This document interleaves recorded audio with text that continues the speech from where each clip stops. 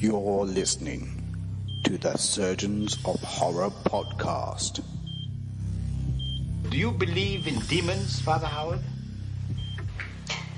Do you believe the devil can enter a person's soul? Hello, welcome to the Surgeons of Horror podcast. Its purpose is to dissect and discuss classic horror films, both old and new. We are continuing our journey with the homage to George Romero. And this is the first one where we're going to deviate slightly away from what he was known for, which was the Dead trilogies, and talk about a little lesser known film called Martin, which came out in 1978. And it which was the same year as Dawn of the Dead, actually. But obviously Dawn of the Dead was the one that kind of projected George Romero into the mainstream.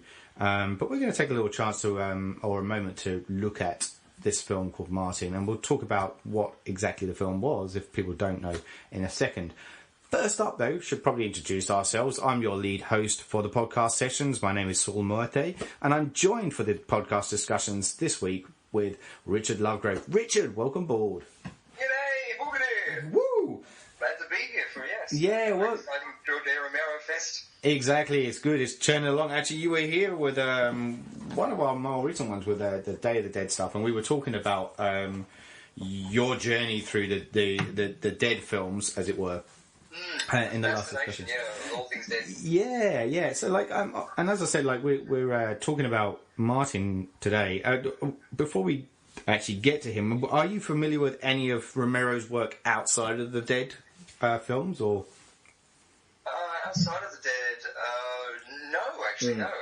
The only real references that I have to him are through the Day of the Dead series. Besides that, The Walking Dead. I was about to say that's the only thing outside, but that was because he was supposed to direct one of them, but wanted to do Road of the Dead at the time. Yes, I know, which is still one of those ones that's on the. I don't know whether that will ever be intriguing. Materialise now. It'd be like Steven Spielberg's Duel, but with zombies.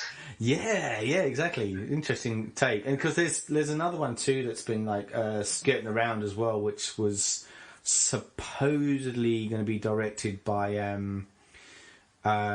his son as well on the cards, but it kind of I think that one fell by the way. So I don't know if it's still in existence or not. And I probably should know the name of that one, but I can't remember it off the top of my head. And I was just trying to see if it was mentioned in there, but I can't see it.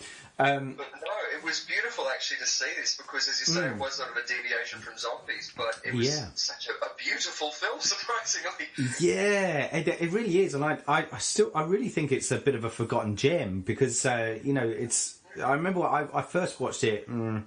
May have been 6 or 7 years or so ago now, and been really pleasantly surprised with it. It's a very it's very typical of him with his kind of very relaxed style that he goes through with his films. It feels experimental in places. It definitely takes its time.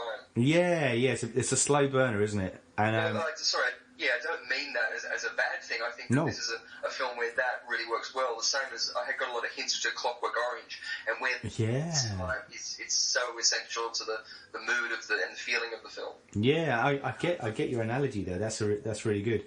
The because it's an interesting one too. So I don't know if people look up on they can look it up through Rotten Tomatoes or what sites like that. There's a lot of positive praise. It still has quite a high. Approval rating. It's up in the high 90s, I believe. Wow, so that's really high. Yeah. So it's that was from last time I checked, which was a while ago. But people do, and it was when it was somebody it may not be Empire, so please forgive me if I'm quoting the wrong source. But but it was one of these top 100 horror films of all time, and it came in at something like 86 or something in the top 100. Wow. So it's still kind of considered or seen as quite highly. Another interesting fact before we get into it too, it was the first collaboration between Romero and special effects artist Tom Savini, and I know we spoke about Savini in our previous podcast. Absolutely. Sex machine. Sex machine. Yeah, the first time these guys work together, which is kind of really interesting, and you see that in some of the effects that are being used, and within it, there is a lot of some really cool effects. Even like the first effect is so. I really like it because it's done twice. Like, the first time it doesn't really work, and the second time it's a huge money shot. Yes. But, yeah, it's so simple. Yeah. It's bright colours, and you sort of would expect the whole film to be done in black and white. It's so close to that like, sort of Nosferatu sort of feel. Do you know what that was? His original Romero's original vision was the whole thing was to be shot in black and white. And it was the producers that kind of told him, no, we need you to shoot it in colour. But he was able to keep some black and white shots in there, and that's the Martin's kind of dream sequences or fantasy sequences that crop up throughout. Yeah, they sort of jump in and out in that jarring sort of setting first, but yeah, then reveals so much more about his thought process. Yeah, that's right. And it's never really established whether they're dreams or fantasy or... there's illusions that the first time we see it is like it's almost like a throwback to a past memory, even. But then because it is so similar to his dream sequences, like, are those past memories actually real or not? Exactly. Yeah. It's not a similar space he's in; it's the exact same space. Yes, exactly. So look, but let's start kind of let's just try and describe Martin if we can in a short kind of sentence or two, because for those that aren't familiar with it, it's described as a bit of a psychological horror drama, and it's essentially like this follows the journey of the titular character Martin, who believes himself to be a vampire, and it's never really established whether he is or not, like a modern day vampire or a version of a vampire. But he believes he is, and so does his kind of great uncle, his cousin. It says he's his cousin. Surprising. Yeah. Who's a lot. He says something like, "I'm your cousin. I'm not a vampire. I'm your cousin." Yes. But it depends, I guess, on what your definition of a vampire would be. But you're right. Like, it's one believes that he's a vampire, but there's no magic to it, and the other guy believes the full superstition of whatever he believes a vampire to be that turns into bats and can't have a reflection. It cowers to a crucifix. Then obviously you've got like Fright Night, where he says you have to have the faith for the crucifix to work. Or you've even got like I've been playing the game Vampire. It's an awesome role playing game online. And that has a whole sort of new take, or a very finite take on the mythos of like econs and bastardized species of that. So it's really, really cool. But it's awesome because you get so many. The way the film's set out, George Romero does brilliant things in films where he just makes so many unlikable characters. Yes, he does. I guess it starts like on a train. It starts on shitty rails, so they're setting it up right from the beginning. Yep. But they sort of go out of their way to sort of show you that there's no magic by the events and the cinematography and sort of the way they play it out from the beginning.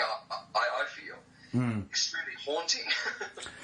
Yeah, it is. There's a disparity to it that's it's and that's something that's tapped into quite a lot within this movie, because there's this ongoing theme of isolation and the need for companionship, and discovery. Sexual fulfillment never quite being fulfilled along the way, which is kind of it makes it kind of even more believable, I guess, in a sense.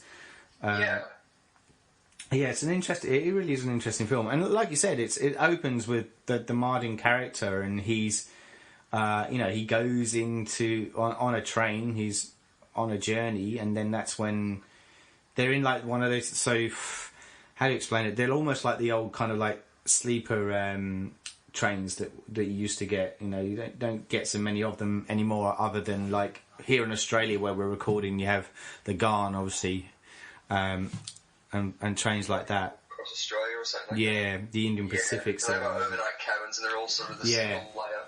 I've only ever been on them sort of once, but it's weird because I can't even remember if it starts on Martin. It starts with a woman saying that I don't even know if it's the woman we're about to meet, but she says she's gonna run off or she's going somewhere. And then we cut to him and he stalks this woman. Yeah. And, goes into a cabin. Yes. He looks like a young Stephen King, though. Like, I just look at him and I can't help but wait for him to open that mouth and have those teeth. Yeah, you're right. There is a bit there, and that's interesting too in itself, because obviously the other great working relationship that Romero had was with Stephen King. Yeah. So. I only discovered that when looking up like sort of photos and things like that. I had no idea because I think he worked with them on Fright Night later on. Is that right? He did. It was Creep Show they worked together on, which was their right. big one. Fright Night was the other one with that one. Yeah, that's right. Creep Show was the big one that they worked on. But he even Romero even worked on The Dark Half as well, which was a Stephen King film down the track as well, which is also pretty cool, forgotten film. But yeah, look, it's interesting because you're right. He's very how would you describe him? He's quite meek. In his demeanour, isn't he? He's quite a withdrawn, shy kind of character. Yeah. You're not sort of too sure how to read him at the beginning, so he just seems like this small, not even going to cause you a problem sort of person. Yeah. But later on, like after this opening film, I sort of looked at him in a very menacing sort of light. Yes. But I guess certain shots are wanting to do that, especially in the next takes. But yeah, you're right. He's a pushover. He really looks like someone who wouldn't be a threat, or is meek, is shy, and and so it's so surprising then to see him going into the bathroom and filling up this needle. And you think, what's he about to do? Get high or something like this? And so he puts it in his mouth and he's going into the room, and you're sort of like, oh, okay, this is crazy. But what I love is that when you have the daydream sequence that happens there in this idyllic sort of setting. Yes. And then she comes out of the room in the face makeup, the cake makeup with the hair up and nightingale. But when she sees him, he's got the needle ready to go, and she still gives him flirty eyes. yeah, that's right. Everyone still wants to fuck Martin, even though he looks either creepy or eggshell inherit. That's it. No, yeah, because there's a certain appeal which I guess lends itself to that, and this is one of the reasons why I wanted you to talk with me on this particular film, because you do have an extensive knowledge on mythology and folklore, because this does, I guess, tend to lean itself towards that the vampire mythology of hypnosis and sexual kind of appeal, that they're able to kind of lure people in without necessarily using too much willpower. It's just a bit of charisma that they kind of have. And especially with this sort of film, you can take it in a couple of different directions. Like your perspective, from when you could justify that, but he doesn't feel like the magic's there, so therefore he doesn't see that he's actually manipulating these people successfully, subconsciously, or whatever you want to call it. Yes. Or that there is no magic and it's like a fart cloud. Residually doing what he wants to do, it's just not directly doing it. Yeah. But even from that whole thing when Kudu, Kudar, I believe. Hold on. Yeah, Kuda. He calls him Nosferatu straight off the bat. He does, and that, because I love etymology, and so I looked that up to find out what the word meant, and it's just a word that's synonymous with vampire in an archaic Hungarian Romanian language. Yeah. And that was only really popularised in 1897 when the Dracula novel came to be with Bram Stoker. Yes.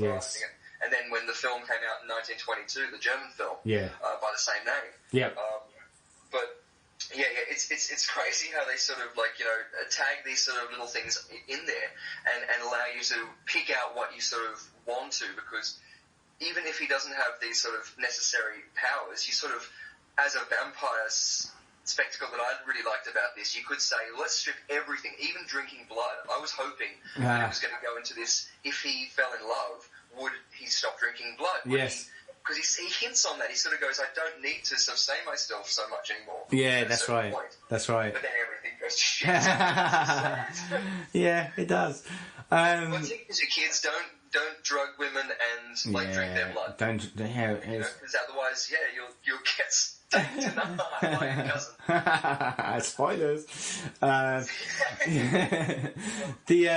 Look, it's interesting. I should probably add at this point too. So Martin is actually he's played by John Amplas, who we've seen before in Day of the Dead, because he played the other doctor guy.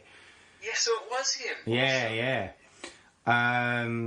But he also crops up in Creepshow and Night Riders as well, which was more kind of American. In Dawn of the Dead. He plays a Puerto Rican who gets shot on the roof.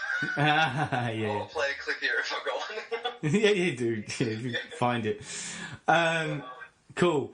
So, what was I going to say about that too? What I also love about the way they deal, or the way Romero handles Martin's attempt at attacking his victims is that how clumsy he is with it. You know. Yeah. Like, every time we see, I think we only see him attempt it twice off the back of my head, but like both times are just tragic attempts. And completely overpowered and then humiliated by them. Yeah, essentially. He needs to get stronger medication. I mean, for that second one. Oh, yeah. Dexter he ain't. Yeah, that's exactly right. Yeah, he needs some tools up from Dexter. So look, he. In this one, so as we said, he's in that kind of cabin, and that's when he approaches her, and there's a bit, an awful exchange where they're just struggling in there, and eventually does obviously kind of, he does manage to drug her with the needles, and keeps saying to them, "Don't worry, you'll be asleep." Yeah, you'll sleep and you'll wake up and everything will be okay. Yeah. Then he comes out of the bathroom all nude with a razor blade. Shit's gonna get real. Yeah, they'll wake up surely from that. Yeah. Well, in between that, though, he kept like the cutaways of the train. Yes. Kept getting flashbacks of like drawn together when they'd have that like shot of the train going into the tunnel, and it's just like this insinuation that they just keep doing it every time, and then he's gonna kill her. Yeah. But no, then they explicitly show you everything that they want to show you. Yeah, that's right. So he obviously he kills her and drinks her blood, and then kind of cleans everything up as best as he can, and then when they arrive at the station, maybe the next day, it's hard to tell how long the journey was taking, but kind of acts like all nonchalant and nothing happens, and that's when he gets off the train and he's greeted by the cousin, or this elderly dude called Cuda. Beautiful white suit was, what was it? I wrote down John Anthony Hammond Quinn. John Hammond and Anthony Quinn. Yes, I totally understand that. Yeah, I love it. They just get off a train and he says, "Come, we have to get on another train." I know. And they walk away. I know, and then he runs off. I thought he was running off at first, where obviously he ends up going to the bathroom and still joins him. So you're like, well, he's obviously indebted to this guy for some reason. Yeah, and those beautiful long shots of them just walking through the streets. At the beginning, I was going, what are they lingering on for so long? But then later on, or re-watching the film, I really appreciated those moments. Yes. They were really beautiful shots of just suburban normalness. And then the camera gets more shaky the further we go in. It's great. Yeah, that's right. And it becomes a lot less unhinged and stuff. That's right. Yeah, the guy on the public loo with a cigarette. Yeah. Dunny on a can in a public loo. There's some great little like cutaway moments in this film, like some obscure kind of little locals that he kind of shoots along the way. It's interesting. Yeah, he gets a recruit later on. Yeah. So look, they eventually end up at Cuda's house, and that's where he's going to be put up, and that's where we kind of have the I guess the conversation about how he's there to kind of room and board. And that there's another cousin there called Christine. Right off the bat, he says, I'm going to save you, or if you kill anyone in the town, I'll know about it, and I'm just going to kill you straight away. Yeah, that's right. No crap. He said, I'll save you, and, tomorrow you got to come to work, and you got to do this. And Yeah. My granddaughter will be downstairs. Speak to her. She'll speak to you, but don't speak to her. Yes, and he weirdly sticks by these rules as well, doesn't he? He's he plays along with it for a while. like a stickler, steak and all. Yeah. So that's all. There's a kind of a bit of a dynamic there, but and through the course of the movie, Martin and Christine form a bit of a bond between each other, and he's the one that talks.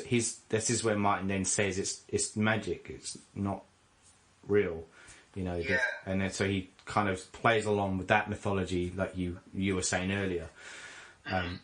Absolutely, and you see him later on at the toy shop as well, but he's looking at a little motorised animatic that's going up and down, like having sex or something. Yeah. Yeah, he's got this interest for grand illusion, so it wouldn't be a far stretch to say, he's psychologically intelligent enough to put that so much far away from the side. But it's still, what's so good about blood? I mean, the taste of coins in your mouth isn't that good. I mean, it's not like a chocolate addiction. I don't know. It's weird. Yeah. There's I don't know. You're tapping into a whole new realm there, my friend. Yeah. Well, you get an awkward sense too. Yeah. Sex Machine, when he's peering into it too, and the conversation they're having about him with no work and stuff like that. And it just further distances the relationship between Christine and the grandfather. Yes, that's right. Yeah. And then that's something that's played on a lot through there. That's what I mean. This plays on. There's so many disconnections between characters in this, and I mean that not in a good way from a viewer's point of view, not in a because they nobody can marry up or connect to each other. There's misfires, there's misunderstandings between everyone, and everyone's always on the edge of their toes around everyone. Yeah, there's no synergy between it, and it's interesting to see this kind of fractured world that Romero plays within the film. But even I was thinking from the beginning of the film when he's dropping off the meat.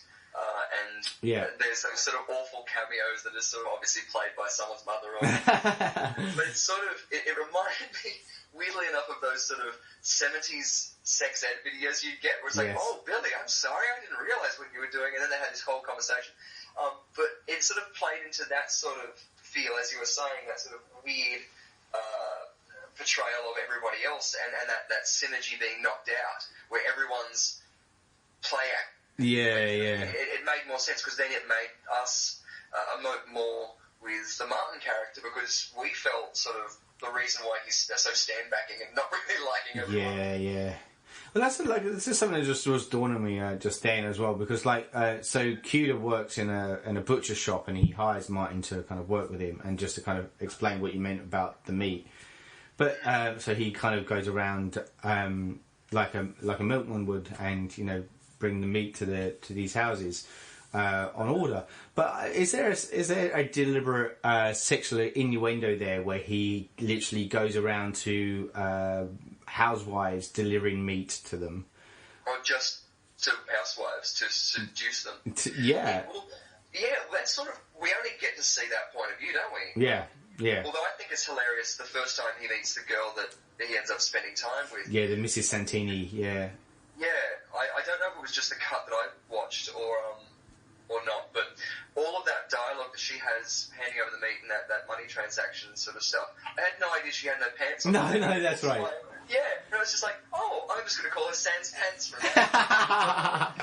It was great. And then she does it again later on. It's just that's right. Great. I love it. It's just, very nice along with the way that she opens her door. There's flirting and then there's just no pants. No pants.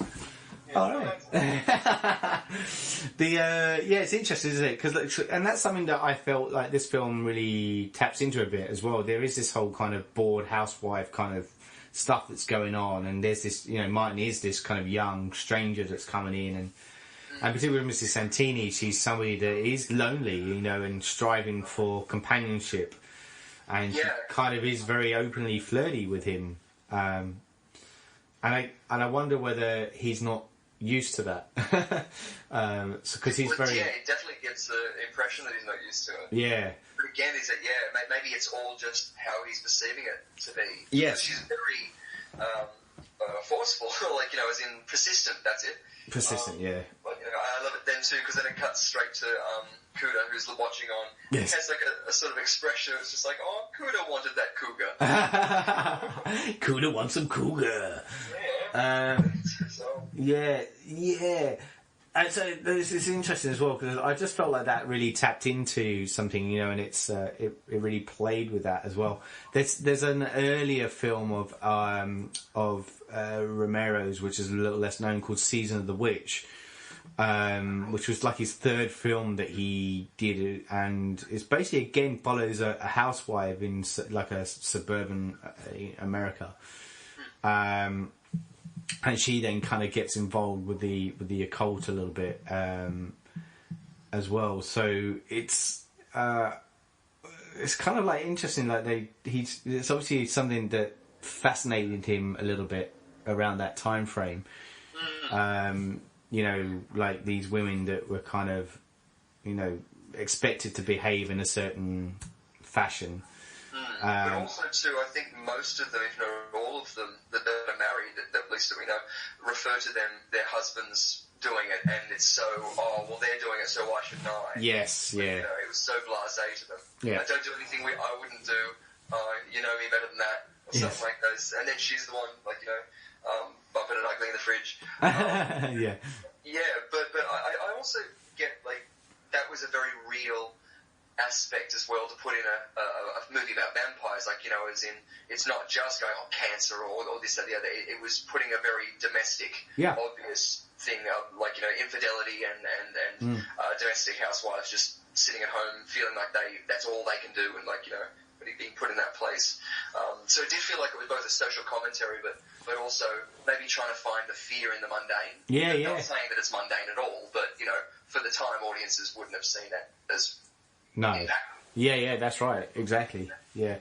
So he there's another a little bit of a side kind of story that happens with this, because Martin ends up kind of calling a disc jockey to get advice on women, because he's struggling with it, and he's very kind of open with the disc jockey about who he is. Oh, that's right. Yes. So you're saying disc jockey, and I was imagining a guy in a nightclub. And I was like, of course, the radio show. The radio disc jockey, yeah, so to clarify. It keeps on saying, I'm not going to get caught ringing up a radio station. I know, that's right. I know, I was thinking that too. Yeah, it's like, not nowadays, I know, but it's a bit of a risk, don't you reckon? Yeah, just a bit, just a touch. Yeah, he's been alive since the 1890s or 80s or something like that. Yeah. Also comes back to the flashbacks, because at this point I feel like we're starting to get more and more of these flashbacks. Yes. But it's definitely starting to get a sense of a time period on it, and it's not the modern 70s sense that we're getting. Yes. It's candles and stuff like this, but it's cool. It's still building on this mystery. And going, is it true? Is he actually this old, or is it just a delusion? Is it what? Yeah, that's right. I think at this point too, we've seen him stalking the housewife, as I said, putting their groceries into the... Yeah, that's right. That does happen, yeah. I'm just trying to remember whether the reason why I trailed off was I'm trying to remember whether he actually starts... Oh, no, that happens afterwards. Sorry, yeah, okay, so... I guess teleportation is a power in that scene, though. I do like that. Yeah. Just to pick up, so he starts stalking this, he gets like the thirst, if you will, for blood again, and he starts stalking this kind of woman who's at the market, like I said, buying groceries, and he works out that she's alone, her husband's on business, so he decides to kind of break into her house, only when he does so, he discovers that she's in bed with her lover. So this becomes like another fumbled attempt, and this is quite. It's a comedy of errors. This whole scenario, because he ends up kind of coming in and out of the house to try and get away from the guy and the girl. Yeah, the guy starts coming after him. They stabbed him with the sterilizer, the trank gun. There's a point where he picks up the phone as well, and because they're trying to call the cops. Yeah. So he's trying to stop them from calling by being on the phone himself. Yeah, pressing these weird numbers from futuristic movies. So, but yeah, eventually, he kind of is able to corner the girl, and then the guy breaks in, but he's able to get a needle stuck into him, and so he starts to kind of slowly. It takes two for him. But it's just so slowly. Yeah. He knocks him outside, and then he finally gets back to her. Yes, that's right. She still has enough time to struggle, not call the phone, but still struggle. Yeah. And also, the music is so intense in that scene. Yes. It sounds like walruses having sex. It's that tribal, and then it gets into the drums and stuff. I'm not going to be able to take that image out of my head now, thanks. Sorry about that. To think, from that perspective, if you were her, you're having this affair, there's that, and there's suddenly this guy. I don't know who he is. Jesus Christ.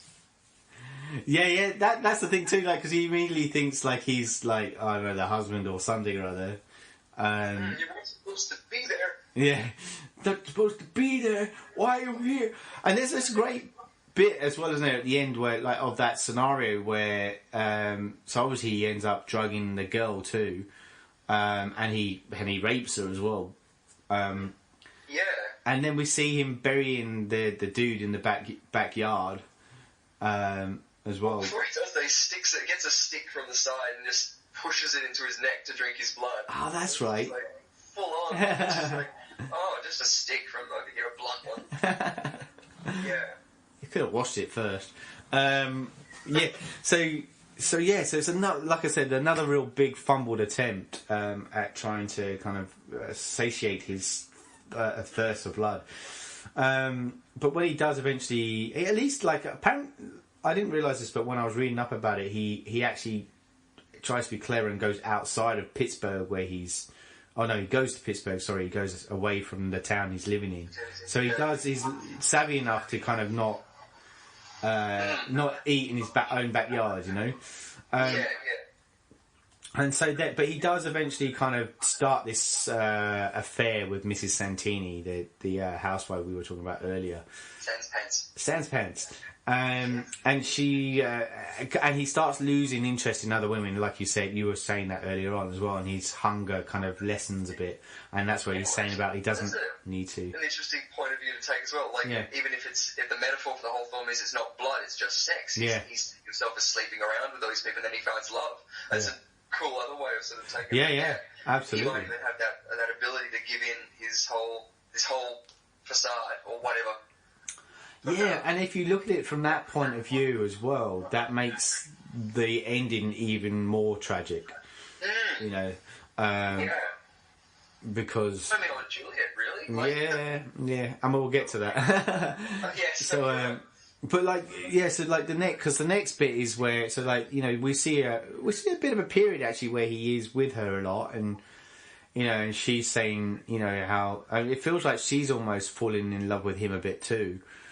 Initially, after feeling that sort of regret, he gives her life. Even though she says you remind me of this puppy dog or something like this, it's obviously a lot deeper than that. That companionship is something that she can only feel with him, for better or for worse. I don't know. Yeah. That's right. And at so that point as well, he then gets goes to church with Kuda. Yes, yeah. We haven't mentioned that too. We didn't mention the priest turning up to the house and having a chat with him. Rock and roll priest played by Romero himself. And there's that whole exchange. But then there's the old priest that gets brought in later on too to perform a bit of an exorcism. And then Martin kind of runs off and doesn't let them finish. And getting flashbacks, or in black and white, that's giving the impression that this has happened before. That's right. Yeah.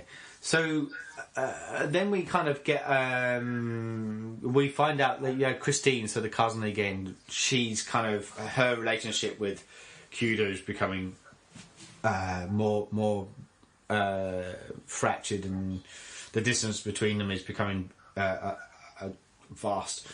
And so she wants to move out, so she kind of leaves at that point, and that's when Martin says, like, everyone leaves, they never come back. You know, so there's a hint there of his own inner sadness as well. And so she kind of goes off, and earnest reinforcement too of, like, you know, don't worry, we will stay in touch. I won't forget about you. Saying all the things that, like, sort of he wants to hear in that sort of sense, and even to the Cuda saying, like, you know, I know that Sex Machine isn't my, like, you know, my life. Don't worry, I won't even end up with him. It's just going to be a way out. Like, you know, it's really, everything sort of feels like it's smashing you in the face with the reality of the world. Yeah. Amongst this guy who's real rapist and killer. And this is where, like, the wheels really come off at this point too, because this is where he then decides to go on this, like, feeding binge in the city, and he comes across a couple of homeless guys, doesn't he, and he tries to you know, feed off them, and again it's this messy affair, and he kind of gets chased by the police because that's right, he breaks into, like, this chemist place, doesn't he? I remember, what was it, him in the op shop changing his outfit. Yeah, that was it. Yeah, he breaks into that and he's trying to steal some stuff. He does it in the store. He has to do it there. Yeah. Just before that as well, what was it, when Cuda and Christine are having that conversation, I just was weirded out. George Romero loves seeing women get hit in these films. I mean, it's never just one slap, it's two. Yeah. It's great. So the cops are chasing him, and he's definitely, like, you know, the flashbacks of this happening before, and I really like that whole play on that too. You know, like, so, like, you know, when we say the flashbacks at this point, it's, you know, it's like the picket, the flame, you know, the torches, and it's that kind of throwback to what I call, like, the Hammer kind of gothic period.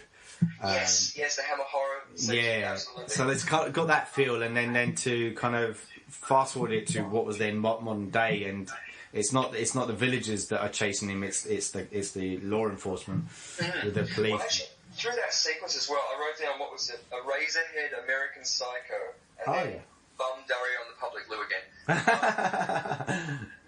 But the Razorhead and American Psycho, it just reminded me so much of, like, obviously because it was black and white, and the way it was shot with the lighting, Razorhead when he was running around the streets, but American Psycho, when he shoots the car and he looks at his gun, like, as in, is this really happening? I know the bit you mean. That's right, because the cops were so, their moustaches and their glasses, they were like two identical cops, like it was the T2. But they almost looked like they were conventionally setting up the police to be that, like, a stereotype, not even like, cops are a little bit like this. These are cops. When you think of a cop, bang. Yeah, that's right. Right. Yeah, there is that too, isn't it? Because they get killed off quite quickly, and he kind of stumbles in on, like, I don't know, like a kind of a gang, if you will. That's right. The pimps or whatever they were. And there's a big kind of shootout, and everyone kind of gets killed except him, and he manages to kind of get away.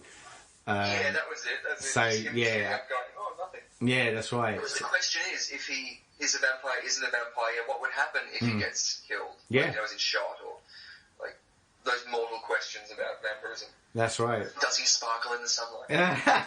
No! Okay, so then, like, he eventually kind of gets home, and that's when, you know, we're back to Cuda's house. And he visits. He goes to visit Mrs. Santini, or Sanspans, as you say. Santini Sanspans. Only to find that she's committed suicide. So, like, this is kind of like real killer blow at this point. I thought it was cool too that, like, you know, she didn't have a face above the water, so it would be comfortable for the actress. Yeah. Like, you know, only her cheek was above the water. Yeah. I was like, that was really cool. It just looks like it's still in there. Yes. And I didn't realise it was Sans Pants at the beginning, but like, you know, when I first saw her, I had to go, is it her? I think it's her. It makes sense if it was. Yeah. But right at the end, it made me remember, because she has a beauty mark on her, or on her face, and it made me think of the first scene, in the first black and white cut, when he goes into the carriage. Is that Sans Pants? I don't know if the first one is not a flashback, but almost a flash forward, if you know what I mean. Oh, right. I want to see that again because it feels as if it's the same train carriage. I don't even know if he has the needle in the white. I could be completely wrong. Yeah, I don't know. I don't know about that. But... The mark that it might have been her.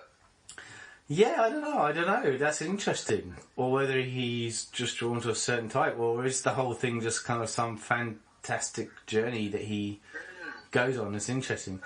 Because, you know, like... Yeah, that's right. So, we then get Cuda then, you know, he believes Martin actually kind of killed her. Wakes up in his bed. That's right. And he's like he gave him a warning at the beginning. He said, "If I ever find that you kill anyone, I'm going to kill you." And that's what he does. He basically drives this stake through his heart. Yeah. And then buries him.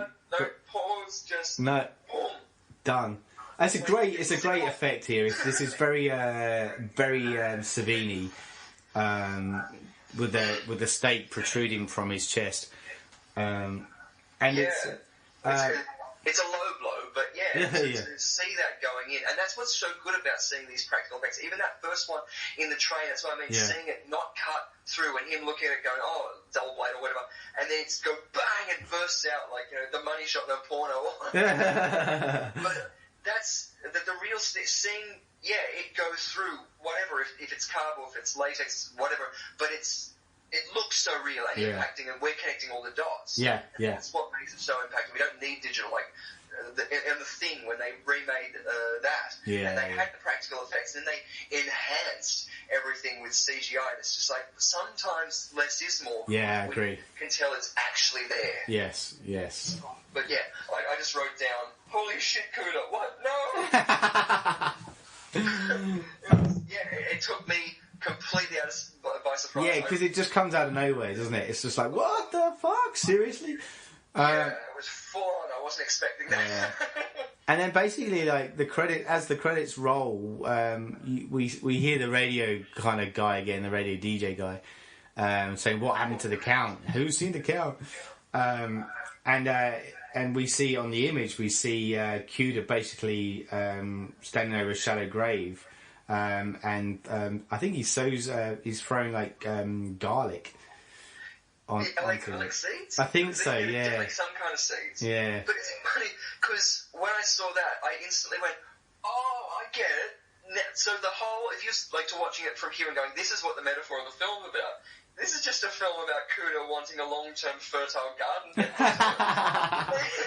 really comes down to it. What family member can I get? Yeah. All the metaphor of circularity, obviously, but like, you know. Yeah. But yeah, that was, I really, really liked that. And whether or not he's lived on through the memory of the radio show, but yeah, it's good. Sort of take me completely out of the blue. The jump scares and nothing towards that. Yeah. So it's an interesting little piece, because it's the cut that we're probably referring to for the podcast was like around 95 minutes, but the original cut that he did was like around 160 odd minutes. You know, so it's. Oh, wow. It was a lot longer, and I've not seen that version. I don't even know if that version still is in existence or not. But it'd be interesting to see how much more deeper he would go into Martin's, journey, or what he chose to explore with that. You know, it does feel like we sort of had everything. Does take you out of surprise when it sort of ends so abruptly. But yes.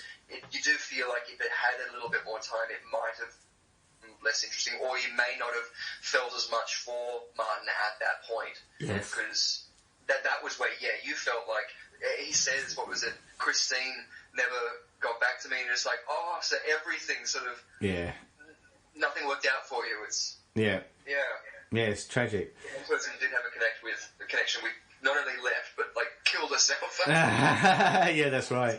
Checked out. So what was your final kind of thoughts on the movie? Like, what was your initial reaction, and then how do you feel now? Funny, because from my initial reaction, I wasn't sure what to expect. It felt like a low-budget sort of film, but that can be good or bad. Like not for the cringy sort of aspects too. But I remember seeing Sam Raimi's film that he did, a 16mm film pre Dust Till Dawn, not Dust Till, what was it called? Evil Dead.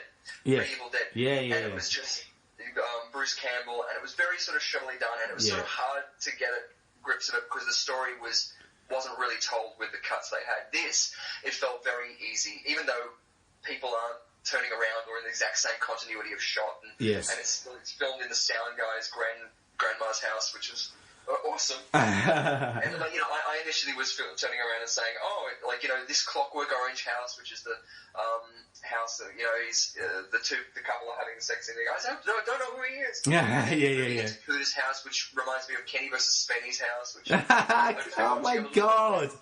Yeah. I'm having a massive. I forgot all about that show. Yeah. Anyway, carry on. Sorry. It's so good. I've been watching a whole bunch of stuff with them. It's so good. But at the end, it reminded me of the original movie The Haunting. Yes. Not the remake with Owen Wilson. Wow.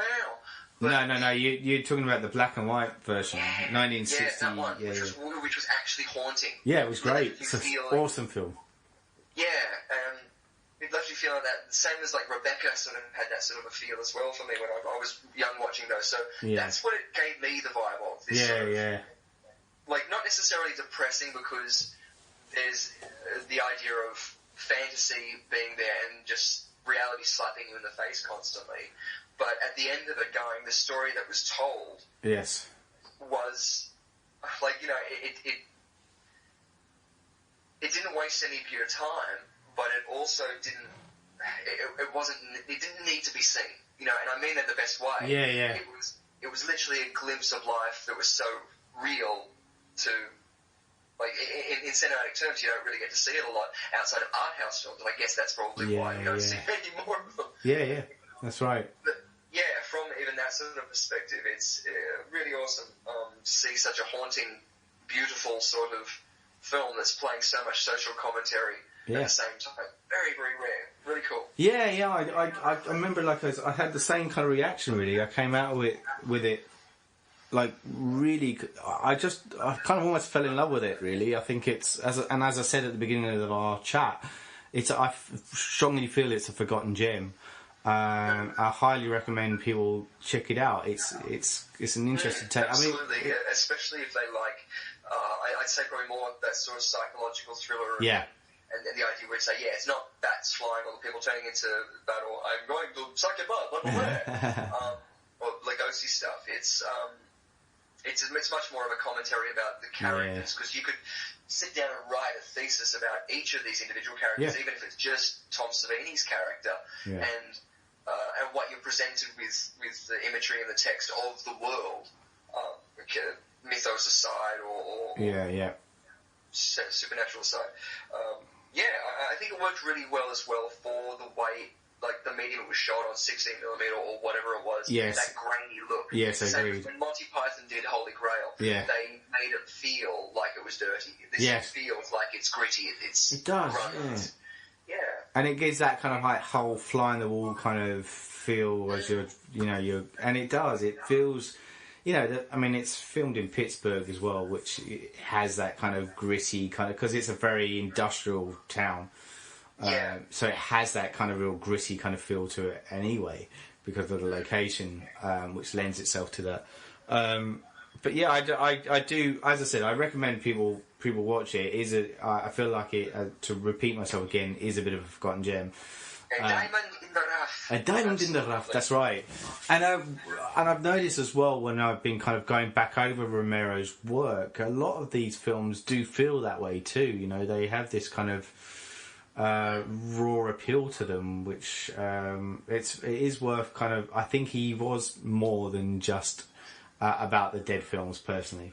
Absolutely, it would have been really good to see him have a different take. Even like I had a sense of Magnolia towards the end. It would have been cool to see him go, okay, here's another scriptwriter's sort of deep idea, or even a collection of monologues, and sort of interpret a world around this and make something like that. I need to have a look at more of his films because I saw Night of the Living Dead recently, Yep. and I was taken aback at how much it was the pioneer of what I was seeing happening on screen. Going, this is the first trope of even having a black man as the lead, killing off your main character, like 3/4 of the way through, as in they're killing off the main character right at the end, like so everyone dies, and it's really cool to see those things as well as on top of that the first zombie or dead walker then spun off an entire genre that more people made money out of than him, really, when you look at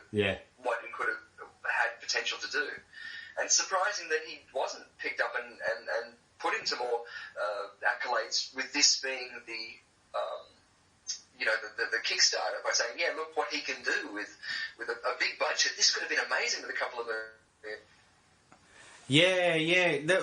The film itself was so there was the producer behind it, Richard Rubenstein, back in 2010 was hinting at trying to get a remake off the ground of it. So it would be interesting to see that happen. It'd be good. I think if it was done by a passionate indie sort of crew, someone that's not going to destroy either that or doing it like a Netflix season show.